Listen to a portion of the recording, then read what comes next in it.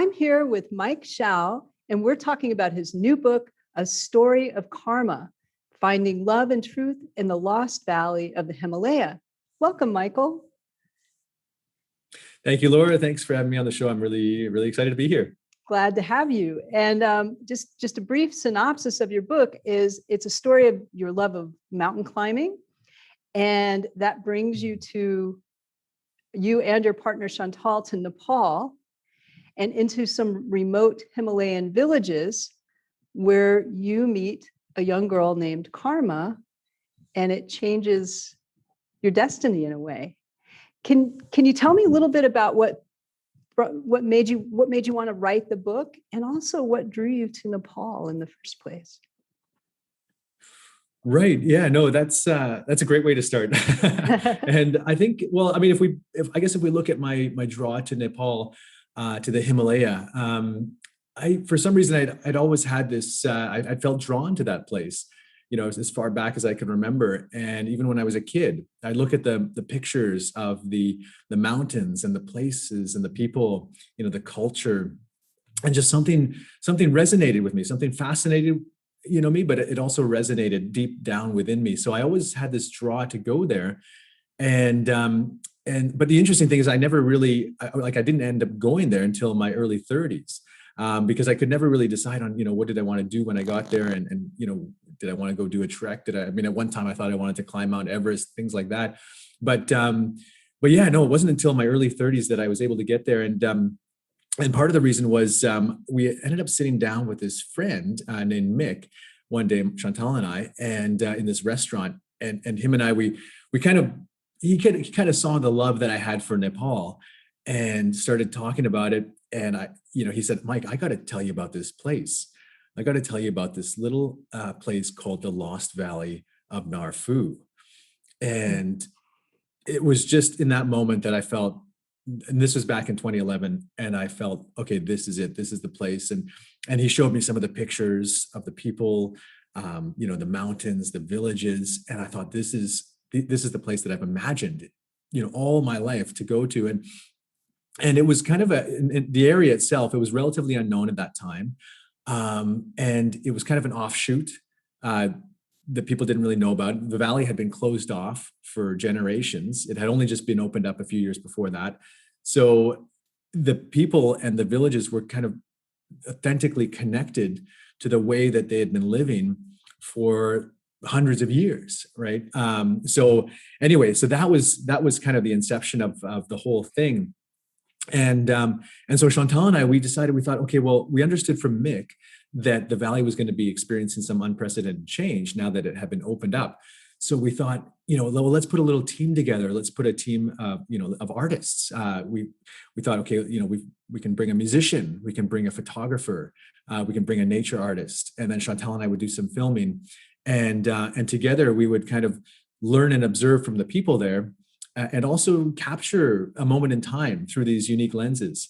So that was sort of the intention. And then I came across this picture of this pyramid mountain in mixed pictures. And as a mountaineering fanatic, it looked like a white pyramid coming out of the earth. I was totally floored by this thing. And I thought, wow, if there's one thing that I have to do is I have to find this mountain, and I have to try and climb it.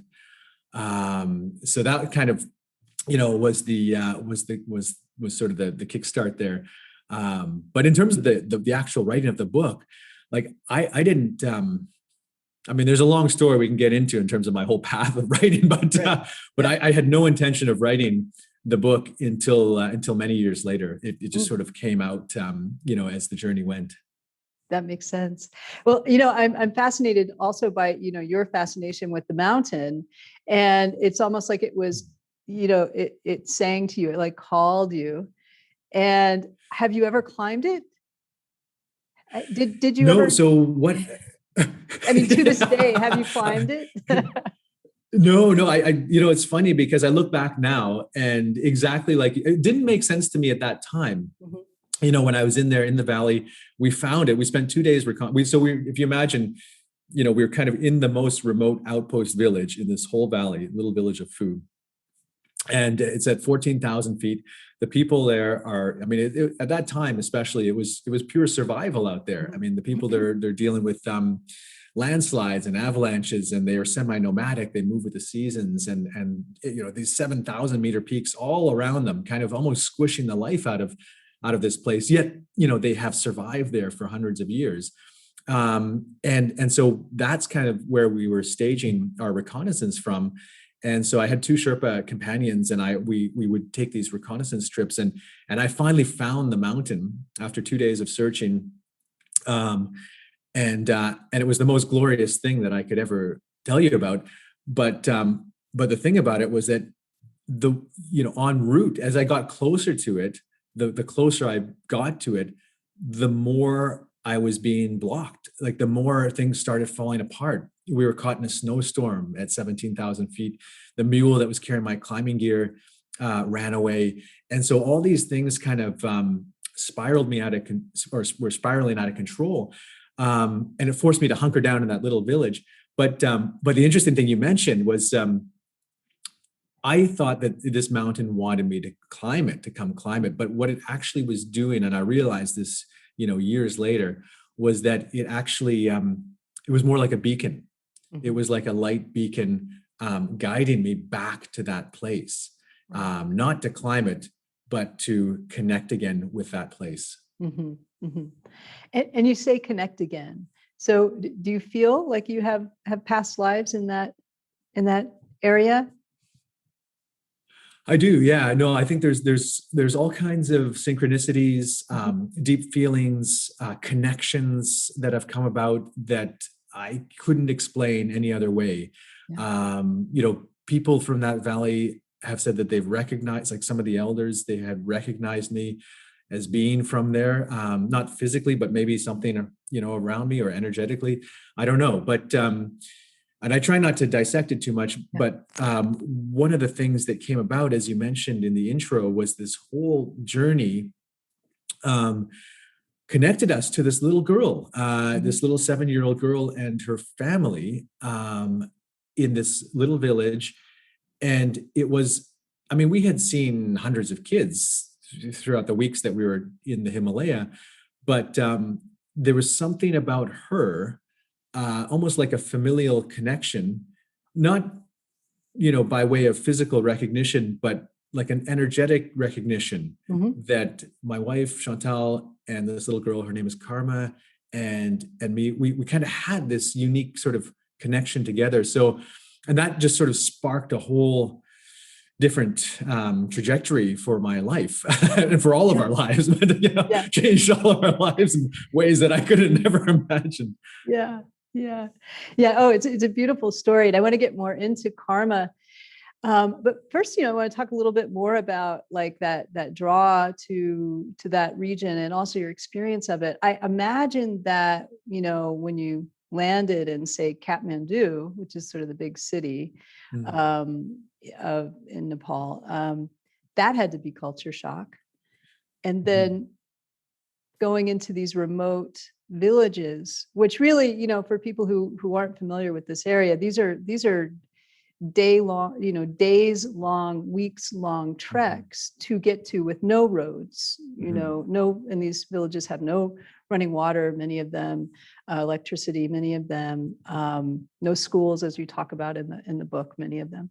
So you go from, kind of the bustling intensity of Kathmandu to these remote villages. So culture shock again. Can you talk a little bit about that?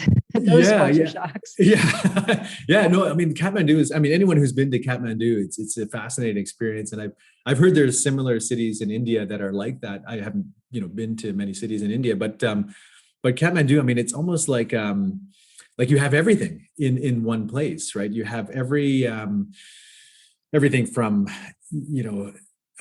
you can see sickness and people dying on the street. And at the same time, you can see immense beauty. You can see the beauty of the people, the clothing that they wear, the richness of the culture, the architecture of these centuries old buildings and temples. And so, and the sights and the sounds and the smells, like all of it's combined in one place. It's almost like an emotional overload, Yeah. because there's no transition, right? It just hit you, step out of the plane, and boom, there it is, right? Yeah. So, that particularly this one place called the Pashupatinath, which is a Hindu temple, that kind of really took Chantal by surprise. She wasn't expecting to experience something like that. It's a place, again, where people go to die. They're burning people on the pyres there, and so so again, you see everything from the poverty. I mean, Nepal is the third poorest country in Asia, and the most polluted city. In Kathmandu is the most polluted city by air pollution, I think, in the world. At least that's the last stat I saw. So you have all of that, and then at the same time, as I mentioned, you have this incredible beauty of the people, and the architecture. And so you're combining. So we get there, and Chantal's, we're seeing all this. You're seeing the bodies burning on the pyres. You're seeing the sick there. You see these little girls with their pant legs rolled up, and they're wading through this big river called the Bagmati, where the ashes from the bodies of the burnt are being shoveled into the river. And these little girls are trying to, with rakes, are trying to find any trinkets that may have been burned with the bodies. And then, you have the pollution, and, you have somebody defecating in the, you have it's just the trying to process all of that, without having any notion of it before that. I mean, it was just overwhelming. So Chantal actually ended up, having an emotional kind of breakdown, so to speak. I mean, she emotionally broke down into tears, and yeah, I mean, that was kind of the beginning of it, and in terms of that cultural element. But then you get into the mountains. As you said, it took us over a week just to hike into this one, get to this one, the Lost Valley, the Valley of Narfu, and then we were hiking for a week in there, and you get to these little remote outpost villages, and the people. I mean, at that time it's changed now, but at that time the people were, almost like from a different world. It felt like we were stepping back into the 17th century. Just the way that they were dressed and the way that they lived. Like you said, I mean, no electricity, not even in toilets, no access to outside education. They survive. It's pure survival out there. Yeah. So, you look into their eyes. And you can see almost a pure reflection of what it means to be human. Like there's no kind of barrier. In the Western world, we tend to create barriers, right, between ourselves. But that somehow I found was not there. Yeah. Maybe because they don't have that influx of the modern world. So, and you see the difficulties at the same time that they're struggling to survive, and that it's very hard life out there. So all of that kind of coming together, and we ended up living with them. Dining with them in their homes, preparing meals together a lot of times, and becoming part of it. And we couldn't communicate, right, by language, because they speak, even some of our guides that we were with, the Sherpa guides, they couldn't even communicate because they speak a unique dialect out there. But you speak through other ways, right? You speak through the language of, the language of the eyes, the language of the heart. And I think that's, the more fundamental ways of communicating again. Yeah. And, again, staying on the cultural theme, you had butter tea, yak butter tea. You talk about that goodness. In the book. That's an initiation, by the way. I guess, Laura, you've had yak butter tea before. I was able to pass because I wasn't in someone's home having it, but I was like, I did, yeah. But it's definitely an acquired taste. Have you acquired? Oh yeah. No, well, I acquired. It took me weeks to acquire it, but but I'll never forget the first cup I had, and it's like this. I mean, anyone who's ever tasted anything yak related, yak milk, yak cheese. I mean, yak. It has this very I can't even describe the flavor. Like it's like almost like yeah, and it just lingers in your mouth, right? Yeah. And even the smell, so yeah, so you have this yak butter mixed with like this tea, but salt. It's like salty and sour, and yak flavored, and really thick, like almost molasses thick. It's just Yeah. not quite like that, but No, no, similar. it's And thick. and so I remember, yeah, just so I had this the first cup, this little old woman, she was just so kind, and she came over and poured me this cup of, she was like so proud about it, poured me this cup of tea, and I thought, okay, and I took a sip of it, and I thought, oh my God, I don't think I can drink this, but I didn't want to offend her, right? Yeah. So I just kind of thought, okay, I just have to get this out of the way, and I just downed it as fast as I could, just Right. opened my throat, down the whole Yeah. cup of tea. Yeah. But then I realized that the Tibetan culture is they replenish your cup to the brim as soon as you finished it. So she came back over like right away saying, oh my, we couldn't speak, but she looked so happy that apparently I loved this tea so much, and she Yeah. poured me another cup. Oh my goodness. Yeah. You learned So, your but yeah, lesson no, there.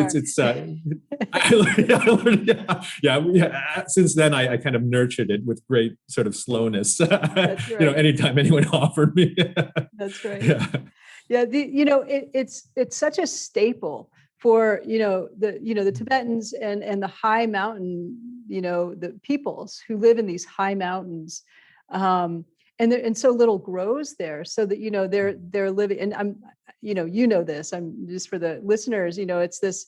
So yak is everything. Yak milk, cheese. And the butter tea, which is yak butter, yak milk, and salt and some black tea. It's this very thick, hearty, it keeps you going, it keeps you warm, in these high mountain ranges. So it's really like a sustaining beverage and meal, really. yeah, But it's also, it's butter, you're drinking butter essentially. yeah. And I'm from the South, so the closest I've come is buttermilk, which is similarly thick and sour, and it's an acquired taste. And as a kid, I liked it, but I can't have it Yeah, now. yeah, no, but you're absolutely right, and that's something I realized along the way was, again, imagine 14. These people are surviving at 14,000 feet in elevation, which is like, anyone who knows the summit of Mount Rainier, for example, just near Seattle, there, that's equivalent to the same elevation, and like you said, I mean, to try and grow anything out there, it's very cold. So I realized, weeks in that, yeah, I mean, this butter tea, it was keeping me warm through the night. It was giving me calories, like giving me the nutrients I needed to exist up there, survive up there. So I did realize that, eventually, but at first it's like, oh my God, there's like a shock. It's a shock. Well, let me see. So you arrived. Tell me about meeting Karma and that experience of encountering this girl who's changed your life essentially. Yeah, well, I guess, I mean, there was kind of a sequencing of events that led up to it, right? So that was actually, we met on the way out when we were actually heading home. And it was one of the final days in this valley. But leading up to that, I mentioned that this whole journey with the mountain, everything fell apart, forced me to hunker down in this little village called Phu. And actually in that village, I met this young man named Sonam Dorje. And Sonam Dorje, he had just returned to the village. He's from there, but he left that village when he was 14 years old. And he left to go all the way down into India to be able to get an outside education. And he had just returned after 7 years back to his village. He hadn't seen his family or his village in 7 years. And our paths happened to cross exactly at that moment. So when I was hunkering down in the village, Sonam Dorje and I, we became friends over multiple days, and we'd go on these walks together through the labyrinth of the pathways of his village, and he'd share with me about his village, his culture, Tibetan Buddhism, and he'd share with me about the plight of the village, like, how hard it was to survive up there, and how just there's this lack of outside education, not even any books, right? Not actually, no books other than the scriptures in the monastery. They don't have access to any outside information like that. And because there's no electricity, there's no, outside communications, that sort of thing. So he told me about, how that creates difficulties, particularly for the young kids. By the time they're 5, 6 years old, they have to start working long hours in the field. And by the time some of the girls at that time, when they were 15, they'd have to start getting married, having their own families. So infant mortality rates were like 2 out of 5 kids died before the age of 5. So, all of this was kind of being processed in my mind. And so when we visited, there's 2 main villages in that valley, and Phu was one, and then Nar was the other one. So Nar was the one that we were visiting. We were stopping at on the way out. And I would not have gone there had I tried to force or climb the mountain. So we thought, okay, we'll just go there. And when I got there, I learned that there is this little stone school there. And I thought, wow, I was still processing everything I learned from Sonam Dorje. And I thought, okay, there's this little stone school. We should go see what's happening there. What are they doing? We get there, and there's this little 7-year-old girl teaching English numbers at the head of the class, which was kind of strange, right? A 7-year-old girl teaching a group of kids. And you imagine this classroom, the kids had pulled their benches out so that they could be in the light of the sun and the warmth of the sun, because in the classroom, there's no electricity, too dark, too cold. So there they were, and these 7,000 meter peaks behind them,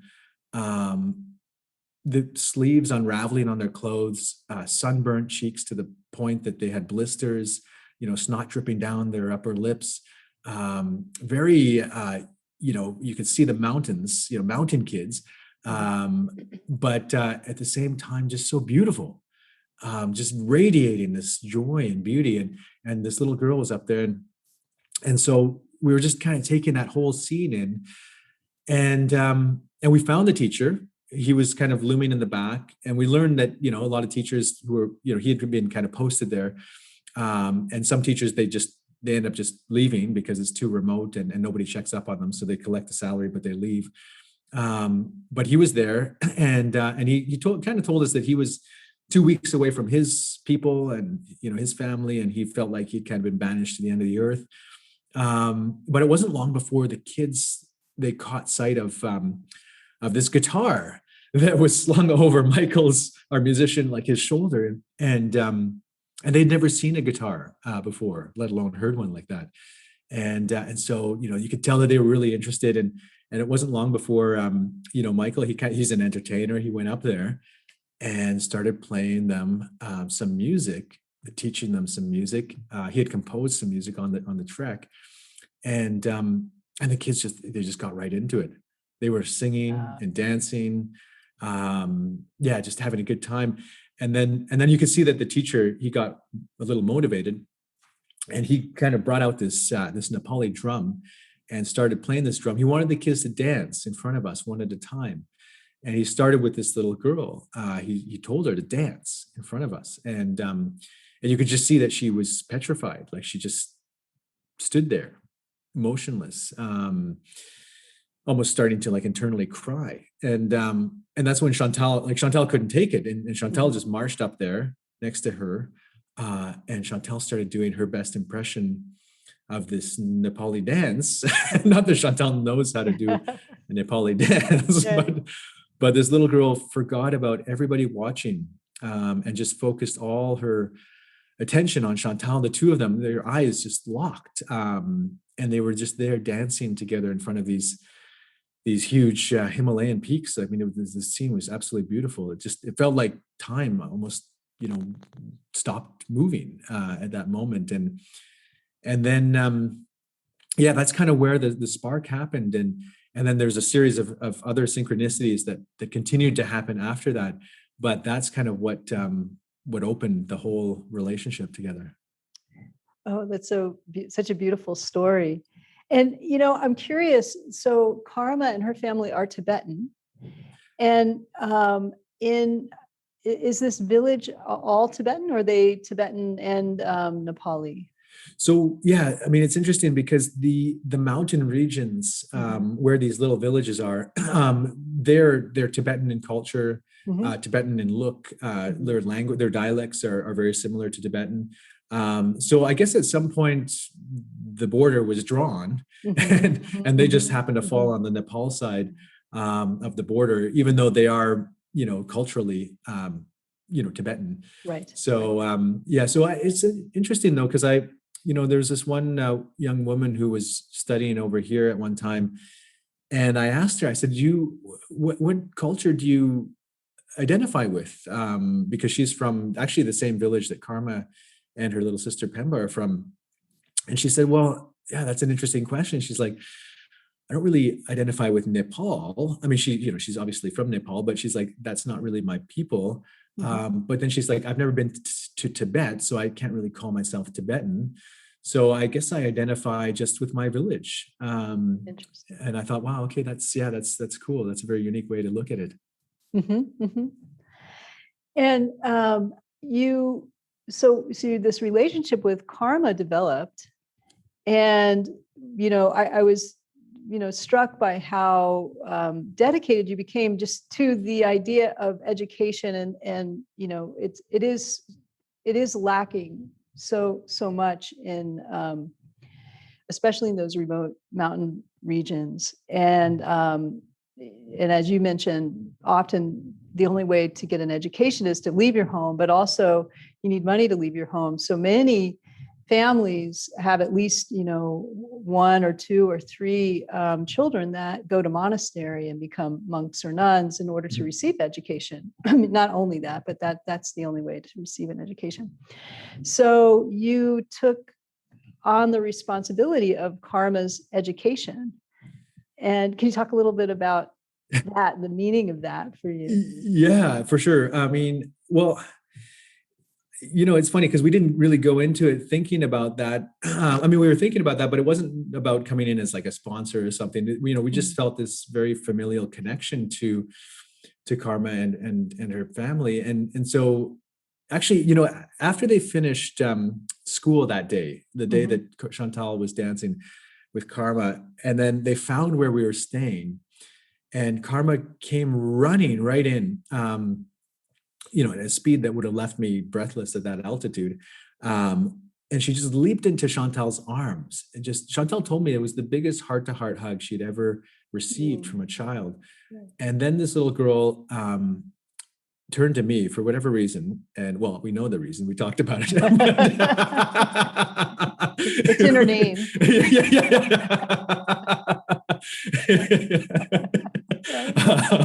She just turned to me and she just leaped into my arms, and I'll never forget that moment. Like I could feel her little hands grab the back of my neck and felt her heartbeat. And actually, it was in that was the moment where I realized, okay, this is the reason why I'm not climbing the mountain. And it just it was that split second or half a second was incredible clarity in that moment in terms of my reason, the reason why I was there in the Himalaya. And then Karma did something very fascinating. She well, first of all, the rest of her friends rushed over, and they're kind of used to seeing some trekkers come through. So they started asking us for chocolate and candy. They know those words, but we didn't have any.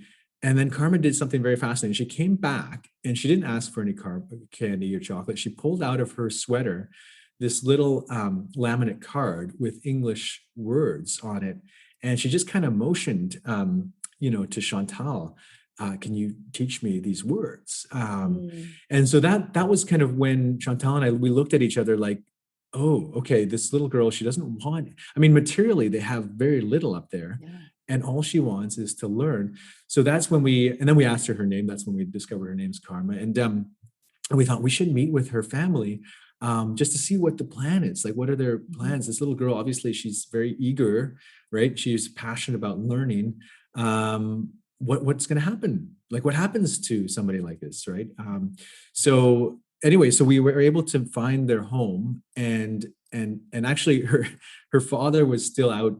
He was 2 days away with the yaks, high in the mountains. And the mother, she was just coming back from working in the field, probably working, I don't know, 12-hour day or something, but she wasn't home yet. So Karma, again, 7-year-old girl, she brings us into her little stone house. kind of the size of a typical North American bedroom, maybe, a little dung-fueled stove in the middle of the room. And here she is. She puts out these mats, these yak wool mats for us to sit on. And she starts getting the fire going. She's getting the water and the tea kettle going, and doing all this while looking after her little 3-year-old sister.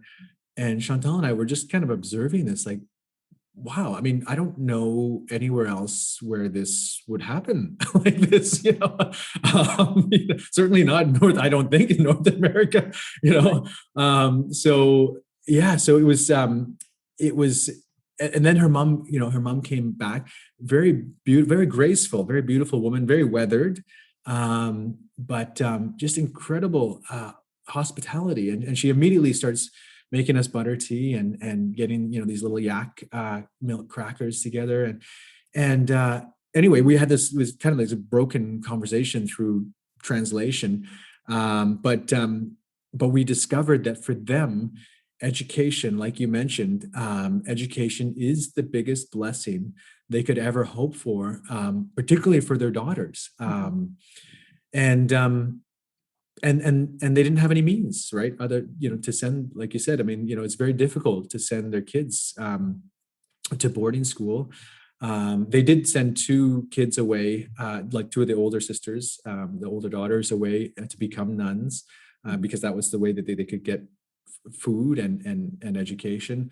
So yeah, but Karma and Pemba were the youngest 2, and they didn't have plans for them yet. So we were there having this conversation about education, and Chantal and I, we just said, if Karma is really interested in studying, well, why don't we work together? Why don't we, help? And we can help, provide that education for her. And they were absolutely thrilled about it.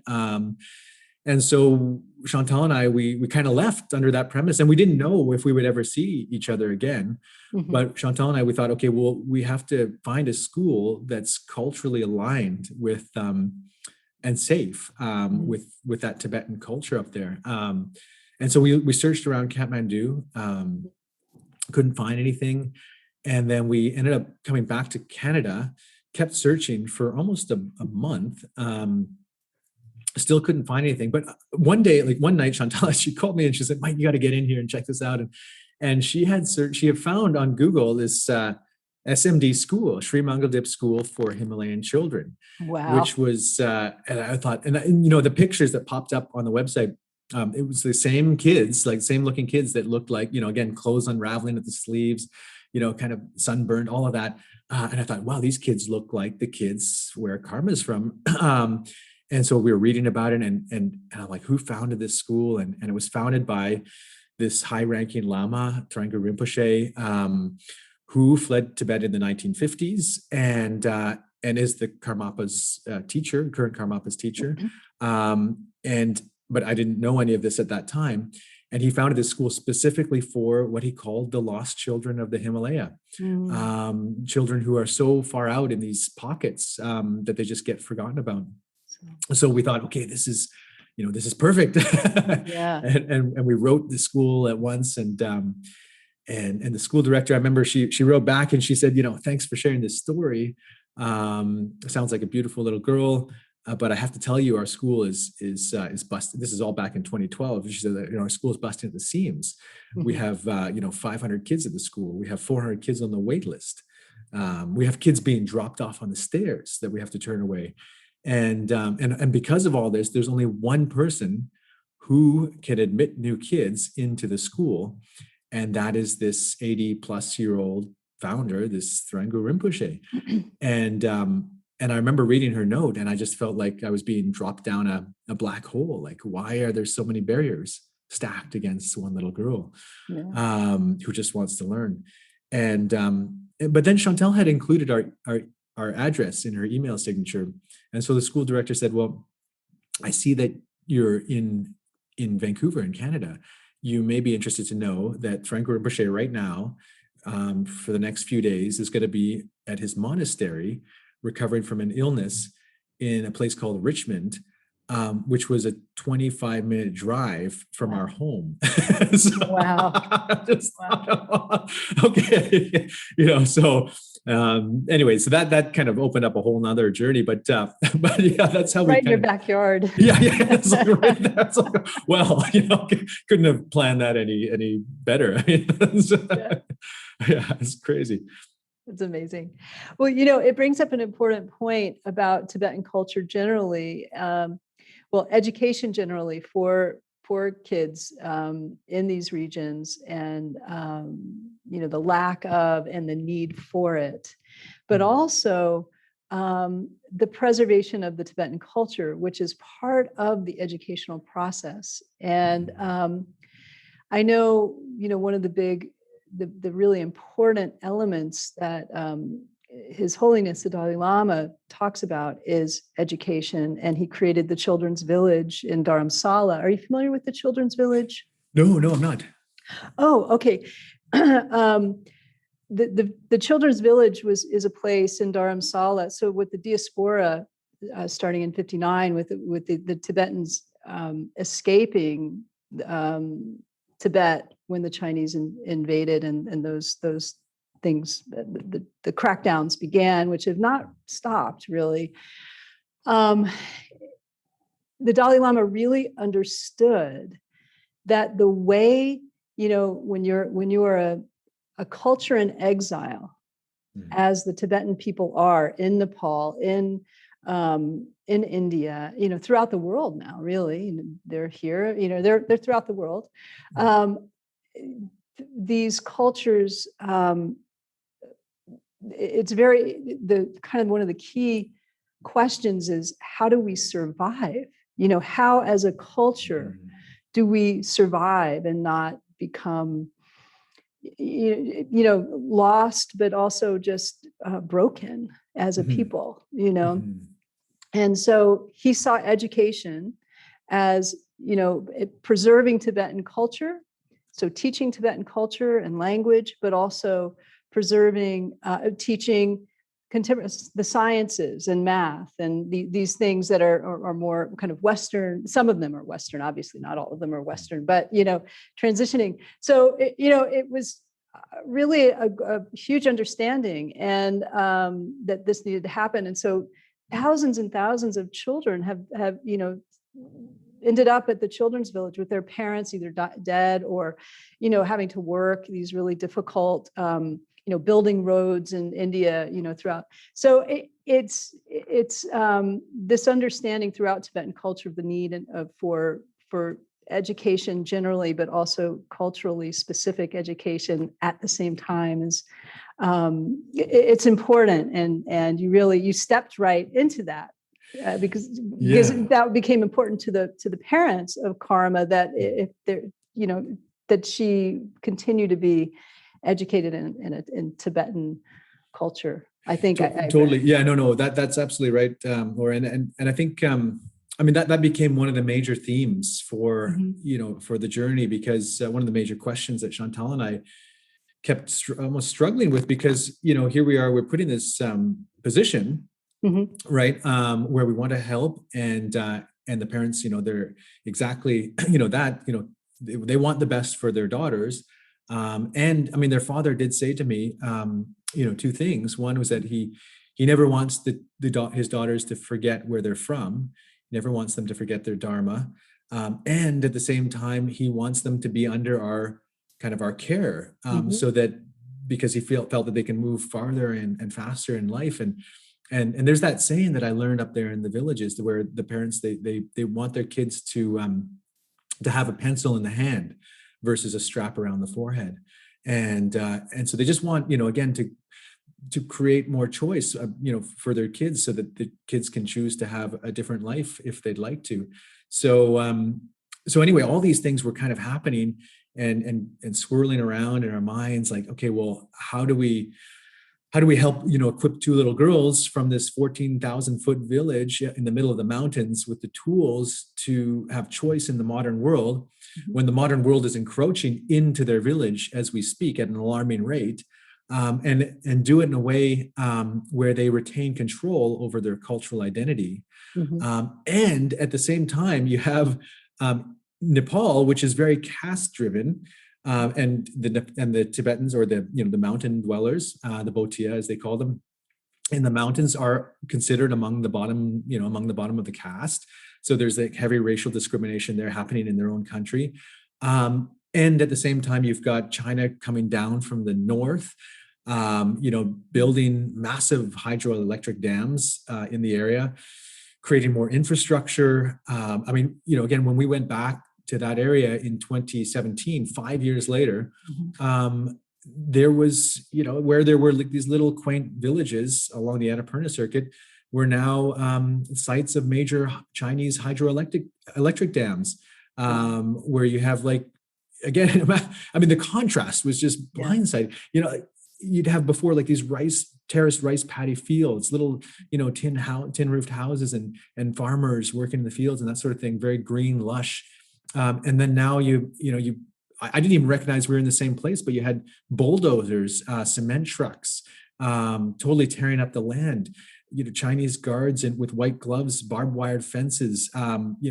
This dam that only opened every few hours, and you could hear when the dam opened, they'd signal the alarm, and then all the farmers who were still in that area would rush to the river to try and catch what fish they could before they closed the dam again. I'm like, so you think about these two little girls amidst all of these changes, and it's like, what do you do? What do you do? It's just it's been challenging, right? But I think we've been working with the parents in the best way to help them move forward, and SMD school, of course, has been a huge part of that. So it's been a beautiful journey, but it hasn't been an easy one, I can tell you that. Right. And what's happening with Karma and her sister now, in terms of where they are and what they're doing? Yeah, that in itself is a bit of a story too, but they so they were at SMD school in Kathmandu for many years, and then in 2018, the parents expressed interest for them to have a cultural education exchange to Canada, because we kept coming over there, and they wanted them to learn more about where we're from, and we thought, well, that's probably a good idea. They can see more of the world. Their father said maybe it'll help them dream bigger. So I knew it was virtually impossible to get student visas for Canada for Nepalis. But we thought, we'll give it our best shot. And it was amazing. The people who came to the table, the kindness of some people in this world, just absolutely floors me. But we were able to get them student visas, and they lived with Chantal and I for a year. We essentially became parents, overnight to a 10-year-old and a 14-year-old, and which was a whole nother experience. That was just such a beautiful learning and expanding experience for all of us. I learned so much from those two girls over that time, and still learning a lot. And then, and then they went back to SMD school. This was all pre-COVID. Then COVID happened. The school had to close down. Girls had to go back to their village. But in the meantime, there was some mobile communication that they could, have with the phone. And so, so we were able to communicate more when they went back there. And just some of the experiences that they were having there were just absolutely mind-blowing. They told me about this one experience they had when they were trying to, Karma and Pemba, they were trying to bring the goats in, and they came around this corner, and a snow leopard had taken one of the goats and was dragging it up the cliff, and the girls were scared, but they were trying to scare the snow leopard at the same time to save the goat. And it's just like, oh my goodness, I couldn't have given you that experience over here, right? So they're learning, different ways, and having seen village life and Kathmandu and North America, they can kind of contrast, I think, many of those things together, and ask the questions. It's funny. Pemba's teacher, he sent me this one of her assignments, because he was so taken by it, and the assignment was, what did I learn during lockdown? And Pemba said, again, 11 years old, she's like, what I learned during lockdown was how much my parents love me. And she said, because when I left the village to go to SMD school, I was very young. But now that I've come back here in lockdown, I understand now how hard it is to survive. And I understand how hard my parents have to work for food and shelter. And I understand how much my parents love me because they don't want me to have a life like them. And therefore, they want me to have this education. And I was reading this and it just brought me to tears because I thought, well, for an 11-year-old girl to come into that, awareness, I just felt so blessed for her and for Karma in their young years to have those kind of rich experience, like rich, deep life experiences. I just thought it was so beautiful. Yeah, quite a real depth of awareness and consciousness. Yeah. We alluded to this just earlier in the conversation, but what kind of brought you to want to bring this story to the world? What brought you to write this book? Yeah, well, I mean, well, writing has been something, it's been a passion of mine since I was young. I remember going to the bookstores, these old bookstores and spending hours kind of reading books and dreaming of being a writer one day. And I kind of moved away from writing for some time. But then I came back to it through this journey. And in we started sharing parts of this story. People would ask about it and ask about the girls, and over the years, and so we'd be sharing parts of the story with people from all kinds of different walks of life, and no matter who was on the other side of the table, I always sensed this deep yearning for more, and this kind of emotional, deep emotional response. And so one day, this was in 2016, Chantal said, Mike, why don't you share this in a book? I thought, wow, I'd never, for some reason, I'd never thought about it, but I thought, why not? And so actually that day, I sat down, opened my computer, wrote the first sentence, which is still the first sentence in the book, and then shared it. And the idea, again, sharing the story is about, it's a story of love. It's a story of heart. It's a story of connecting with each other from that heart space, which I think is very important, especially in the context of the world that we're living in right now and everything that's happening. If you think about racial divides and isolation and individualism and all of that, that's not going to help us move forward. Those things, what's going to help us move forward is a connection with each other from the fundamental level of what it means to be human, and that is about connecting with the language of the heart again. And I think if we connect from the language of the heart, then those more sort of surface, we can transcend more of those surface level differences. And, we can raise, Shambhala, so to speak, right? So raise consciousness, right? Raise awareness. And so I'm hoping that, through this story, it is a small piece of that, again, helping others in some way, maybe in a way that it'll help me, this whole journey, in whatever way it does, but maybe open up more of that heart-centeredness. Yeah, it's certainly a beautifully written book and an inspiring story. So I think a lot of people will get a lot out of it. And I think, raising consciousness. It's like we're kind of waking up here. We don't have a lot of time. You're gonna wake up. Get the coffee on. Get the yak tea going. Yeah, and it's so beautiful, right? Once we can see, from that lens, right? There's no going back. Once we take those blinders off, I think it's that's the beauty of what it means to be alive here. Yeah. Well, what's next for you? What are you doing? What's next? I'd love to see the girls again. We've been communicating almost every day, and with COVID, obviously we can't really travel and that sort of thing. But but hopefully things open up again, and whether the girls come here for a visit or whether we go there, I'd love just to see them again and hug them again, and just be able to to share more butter tea and with their family, and that's kind of what I'm really looking forward to.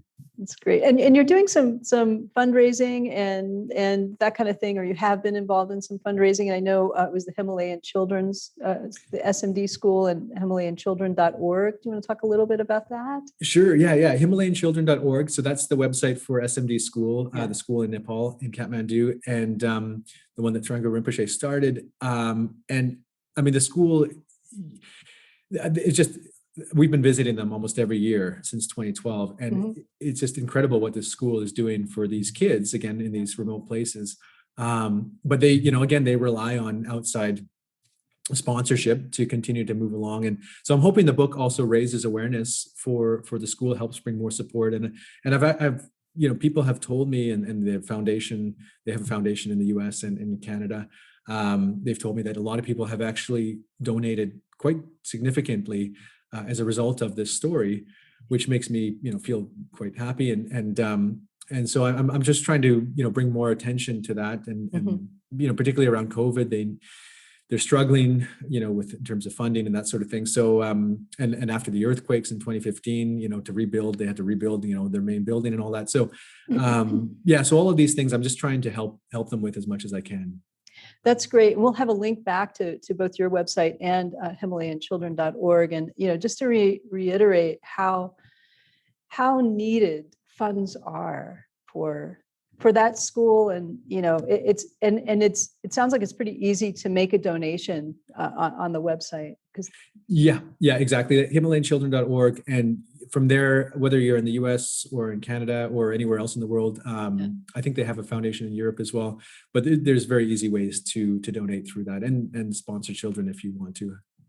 Yeah, and you brought up another point that I think is really worth mentioning here, which is the earthquake that happened in 2015. That, and I want to check in with you because have you been there since the earthquake? You have been since the earthquake. Yeah. And just for folks who have forgotten or who didn't know, I don't know how you didn't know, but this happened in 2015. It was a 7.8 quake. I think over 9,000 or 10,000 people were killed, and thousands and thousands more injured. But what we're talking about is this quake that did so much damage to already, this area of the world that's already challenged with infrastructure. And so entire, towns were leveled, entire, buildings leveled.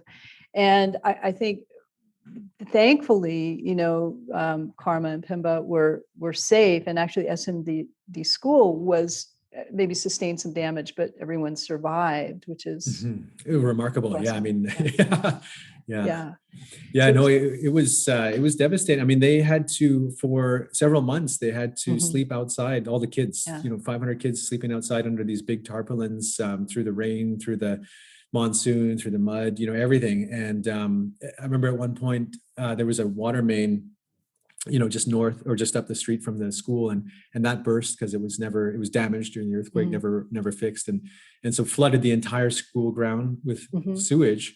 And literally, you had hundreds of kids bucketing water out of the school grounds, working together, never complaining, never, feeling sorry, nothing. They worked together to do this. And that was, that's the beauty of these kids and of the culture, the Nepali people. They just, there's that radiance. When we went back there after the earthquake, I remember that was the first time I kind of, every time we had visited the school before that, the kids were just shining and bright and all of that. And when we went back after the earthquake, that was the first time where I saw them. The kids were, they were still, kind of their bright selves, but you could see that they were definitely weathered, like worn down from all that they had been through over the last several months.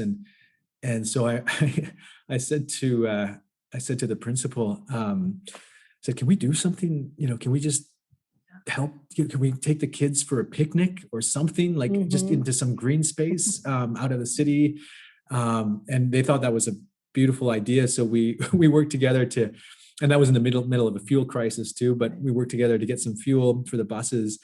And and we were able to bring the kids, 500 kids, to this park, which is nothing crazy. I mean, it's just a park, green space, just on the outskirts of Kathmandu.